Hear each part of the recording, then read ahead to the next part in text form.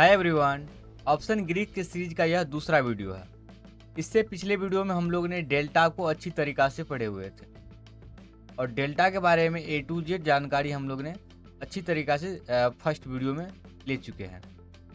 अब इस वीडियो में हम लोग थीटा के बारे में बात करने वाले हैं कि थीटा होता क्या है और मार्केट में हमें थीटा का ज़रूरत क्यों पड़ता है। तो सबसे पहले हमें ऑप्शन चेन में जाके देखना होगा से हमारा थीटा कहाँ पे दिखता है।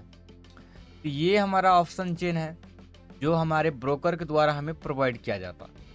और ये जो आपको दिख रहा है ये हमारा स्ट्राइक प्राइस है। इसमें से ये साइड हमारा कॉल साइड है और ये हमारा पुट साइड है। ये जो एलटीपी देख रहे हो ये लेटेस्ट टाइम प्राइस है जो मार्केट में जिस टाइम पे हमने बाय एंड सेल करते हैं उस टाइम का प्राइस रहता है।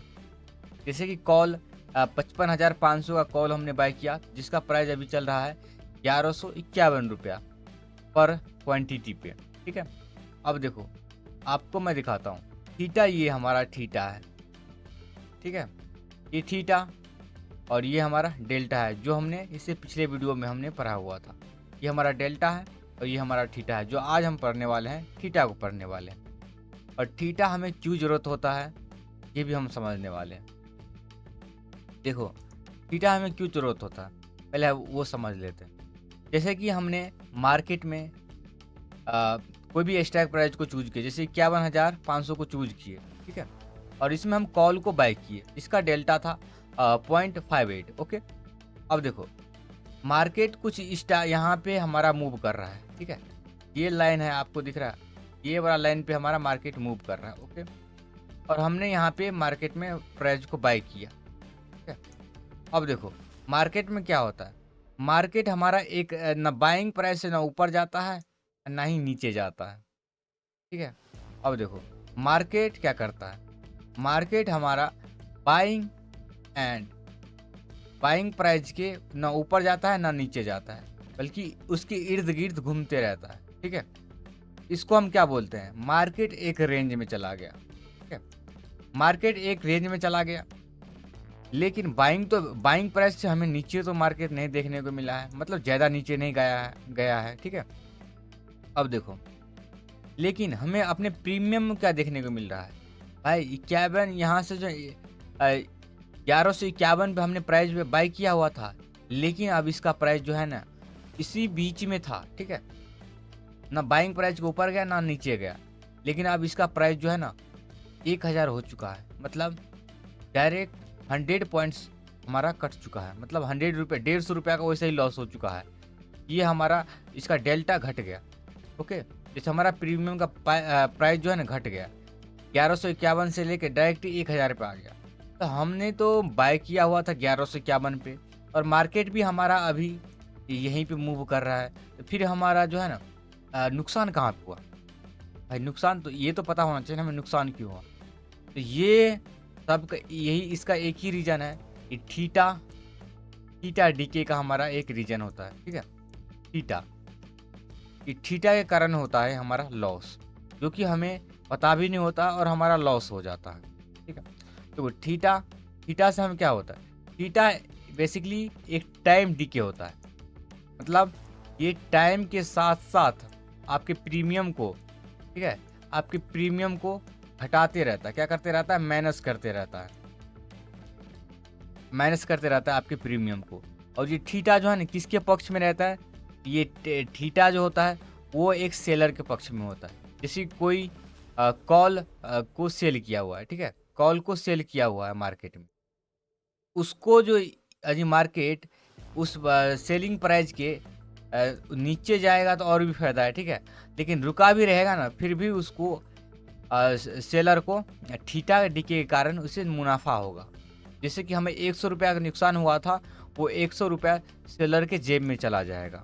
ओके, तो सेलर के पक्ष में हमेशा थीटा होता है और बायर के पक्ष में हमेशा थीटा नहीं होता है, बिल्कुल अपोजिट होता है। यानी सबसे जो खतरनाक हथियार है यहाँ पे सेलर के लिए वो है थीटा, क्योंकि थीटा के कारण ही सेलर सब प्रॉफिट में ज़्यादा चांस रहता है, सो उसका प्रॉफिट बनने का ज़्यादा चांस रहता है थीटा के कारण। देखो बायर जो होता है, और देखो सेलर को एक लिमिट में ही प्रॉफिट होता है, लेकिन बायर को अनलिमिटेड प्रॉफिट हो सकता है। इसीलिए इतना सारा नुकसान झेलने को मिलता है बायर को। इसके लिए उसको डेल्टा भी अच्छी तरीक़ा से चूज़ करना पड़ता है एंड थीटा भी देखना पड़ता है कि थीटा मतलब हमको देखो, थीटा का बेसिकली मतलब ये होता है जैसे भाई हम कहाँ पे रुकना है और कहाँ पे नहीं रुकना है, ये हमें थीटा बताता है। देखो, बायर को बताता है भाई तुम अब इस रेंज में नहीं रुक सकते हो, अजी रुकोगे तो इसका जो है ना तुमको ब्याज देना पड़ेगा। अजी तुम इस बाइंग प्राइस के ना तो मार्केट नीचे गया ना ही ऊपर गया, लेकिन फिर भी तुम्हारा नुकसान होगा।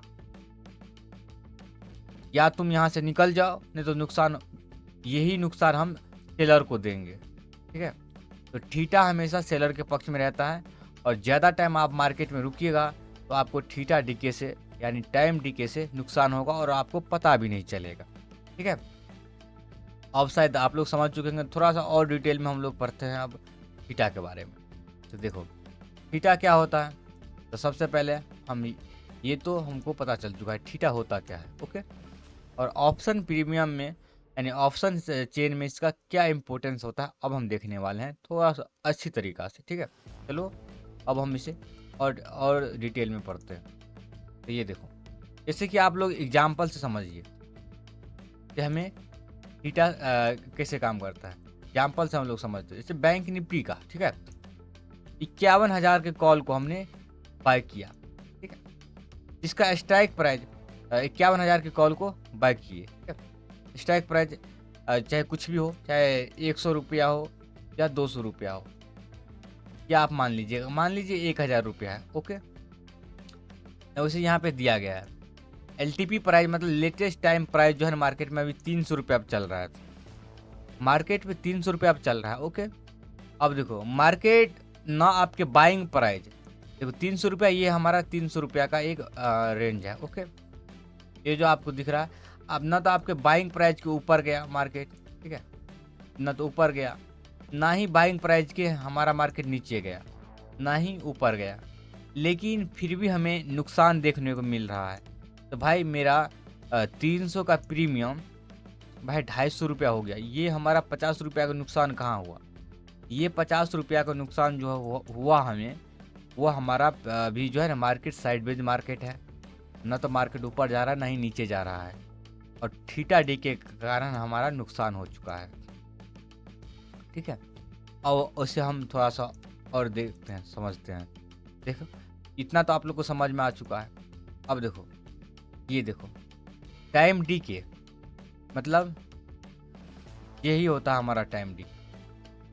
ओके, थीटा को ही हम टाइम डी के बोलते हैं, और टाइम डी के हम हमेशा ऑप्शन बायर के फेवर में नहीं रहता है। ये कभी नहीं रहता है ऑप्शन बायर के फेवर में, ये अपोजिट रहता है। मतलब ऑप्शन बायर का जो एक दुश्मन है वो हम बोल सकते हैं थीटा है हमारा ऑप्शन दुश्मन, और ऑप्शन सेलर यदि आप हो तो आपका सबसे फेवरेट मित्र जो माना जाएगा वो थीटा ही माना जाएगा।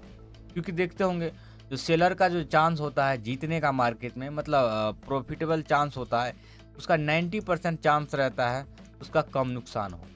यदि मार्केट में यदि उसको प्राइस एक्शन ढंग से आता है, मार्केट को देखना आता है तब। ओके, तो आप लोग को थीटा समझ में आ चुका होगा। तो थीटा से हमें क्या सीख मिलता है?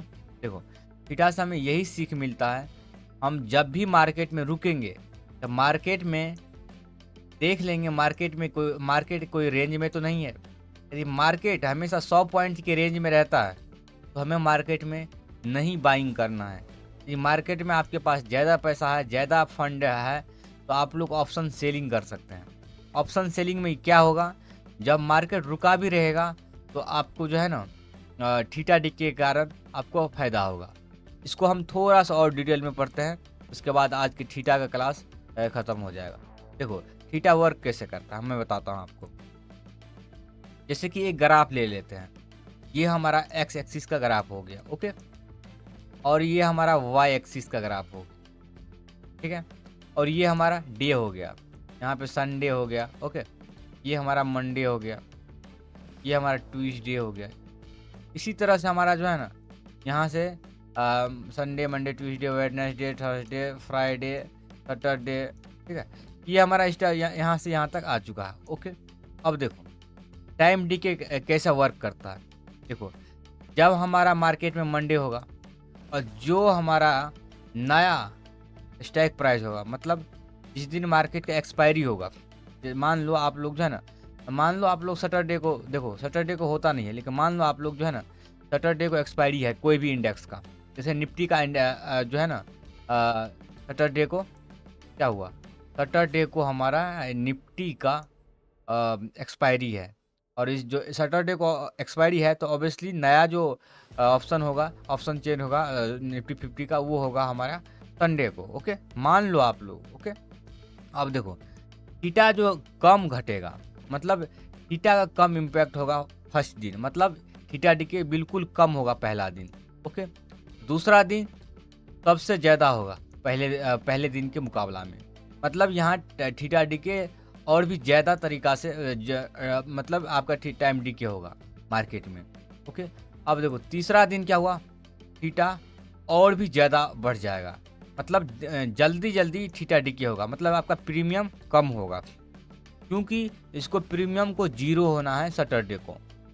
जब प्रीमियम को सैटरडे को जीरो होगा तो तब इसका मतलब है हमारा थीटा डीके जब एक्सपायरी जितना नज़दीक होगा उतना ज़्यादा हमारा थीटा डीके का नुकसान होगा। ये देखो थीटा डीके और बढ़ गया यहाँ पे, कौन दिन, पहला दिन, दूसरा दिन, तीसरा दिन एंड चौथा दिन हमारा और भी थीटा डीके बढ़ने लगा, पाँचवा दिन सबसे ज़्यादा बढ़ गया, और छठा दिन ये देखो और भी बढ़ जाएगा थीटा डीके।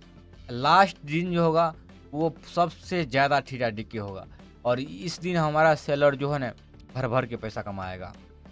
ठीक है, यहाँ पे जो देखो आप लोग एक चीज़ तो नोट कर सकते हो भाई, आपके पास जो 100 या 200 पॉइंट्स का जो एनालाइज करने का आप लोग के पास क्षमता है, यानी मार्केट में आप बोल सकते हो सर भाई 200 तक मार्केट नीचे जा सकता है, या 51,000 कॉल तक जा सकता है मार्केट। ओके, तो आप जो है ना उस दिन क्या करो, सबसे महंगा वाला प्रीमियम खरीदो।